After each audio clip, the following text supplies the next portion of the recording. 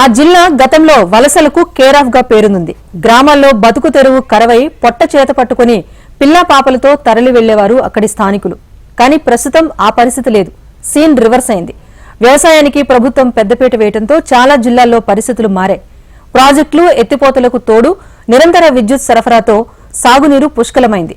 దీంతో వలసలు వాపసొచ్చాయి.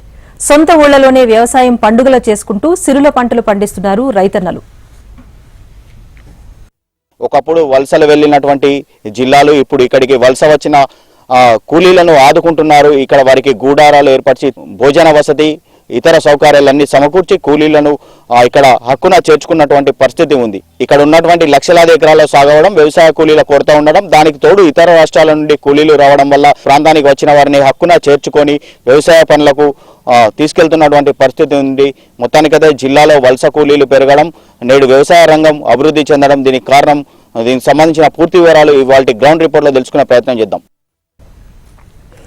ఉమ్మడి ఆదిలాబాద్ జిల్లాలో ప్రధాన పంటలుగా సోయా, పత్తి, వరిని సాగు చేస్తారు రైతులు.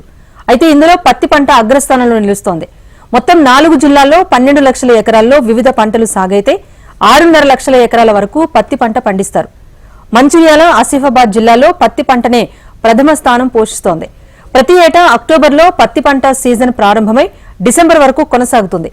పత్తి పంట ఎక్కువ విస్తీర్ణంలో సాగవుతూ ఉండటంతో జిల్లాలో పత్తి సీజన్లో కూలీల కొరత ఏర్పడుతోంది. ముఖ్యంగా విత్తనాలు వేసే సమయం, పత్తి తీసే సమయంలో రైతులందరూ ఒకేసారి పనులు మొదలు పెడుతూ ఉండటంతో ఈ ప్రాంతాల్లో కూలీల కొరత తీవ్రంగా ఉంది.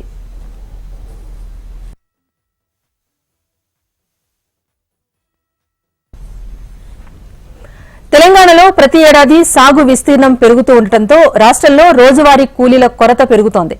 పత్తి తీయటానికి కూలీల కొరత ఏర్పడుతూ ఉండటంతో ఇతర రాష్ట్రాల నుంచి పనులు చేసేందుకు కూలీలు వలస వస్తున్నారు. అయితే దీన్ని తీర్చేందుకు జిల్లా సరిహద్దుల్లో ఉన్న మహారాష్ట్ర నుంచి కూలీలు పెద్ద ఎత్తున ఇక్కడికి వస్తున్నారు. పత్తి సీజన్లో 4 నెలల పాటు వారికి ఉపాధి లభిస్తోంది. వలసలు వచ్చిన వారికి భూ యజమానులు సైతం తాత్కాలిక నివాసాలు ఏర్పాటు చేసి ఆశ్రయాన్ని కల్పిస్తున్నారు. దీంతో కుటుంబాలతో సహా వచ్చి వారు అక్కడే ఉపాధి పొందుతున్నారు.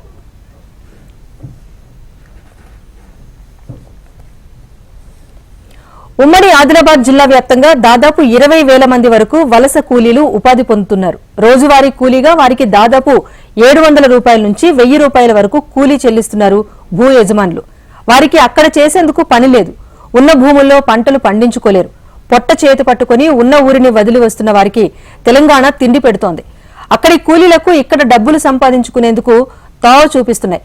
మహారాష్ట్ర, కర్ణాటక, ఉత్తరప్రదేశ్, మధ్యప్రదేశ్, రాజస్థాన్ నుంచి వస్తున్న వలస కూలీలకు ఇక్కడ వ్యవసాయ పనుల్లో గిట్టుబాటు అవుతోంది అంటూ వలస కూలీలు ఆనందం వ్యక్తం చేస్తున్నారు. 10 ఏళ్ల క్రితం తెలంగాణ నుండి వలసలు పోయేది. అలాంటి తెలంగాణకు ఇప్పుడు ప్రస్తుతం ఇతర రాష్ట్రాల నుండి కూలీలు వలస వస్తున్నారు. కూలీలు వలస వచ్చి ఇక్కడ లక్షలాది ఎకరాల్లో పత్తి సాగు అవుతుంది. కూలీలు ఈ ప్రాంతానికి వస్తున్నారు.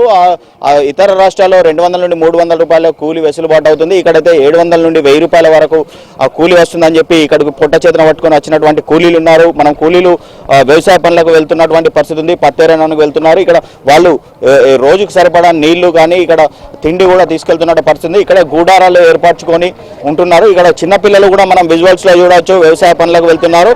ఇక్కడ మనతో పాటు వ్యవసాయ పనులకు వెళ్తున్నటువంటి కూలీలు ఉన్నారు. వీటికి సంబంధించి ఒక ట్రాక్టర్ ద్వారా వీరిని వ్యవసాయ పనులకు తీసుకెళ్లి అక్కడ వదులుతారు. తిరిగి సాయంత్రం తీసుకొచ్చే పరిస్థితి ఉంది. మనకు సంబంధించి వివరాలు అడిగి తెలుసుకునే ప్రయత్నం చేద్దాం. మీరు ఏ ఊరు నుండి వచ్చారు? అసలు మీ స్టేట్లో కూలీ ఎలా ఉంటుంది? ఇక్కడ ఎలా ఉంది? మన ఇక్కడ కూడా ఇట్లానే పని చేస్తారు. మన ఇక్కడ పని ఎక్కలే ఉండదు. ఇక్కడ ఉంటుంది పని. అందుకే ఇక్కడ అంతా తెలంగాణలో పని చేయడానికి. ఒకరోజు మీ దగ్గర పని చేస్తే ఎంత ఇస్తారు? ఇక్కడ ఎంత వస్తుంది? మన ఇక్కడ 500 ఉంటుంది. ఇక్కడ 1000 రూపాయలు ఉంటుంది. అసలు మీ ఇంట్లో మీ కుటుంబంలో ఎంతమంది వచ్చిండ్రు? మీకు సంబంధించిన ఇక్కడ ఏర్పాట్లు ఎలా ఉన్నాయి? 3, ఒక బిడ్డే, నేను, ఒక భార్య, నేను. మీకు ఇక్కడ అన్ని సౌకర్యాలు ఎవరు కల్పించారు? ఈ పాత మనిషిలు ఉన్నాడు. నేను కొత్త వచ్చినవాడు ఈ పాత మనిషి. ఓకే, రోజుకి ఎంతసేపు పని చేస్తుండ్రు? 6 పొద్దున్న 6 ఇంకా 9, 7 దాకా 6:30కు బంద్ చేస్తున్నారు. ఓకే, నువ్వు ఏ ఊరు నుండి వచ్చినావు? కిన్వట్. మహారాష్ట్ర కిన్వట్.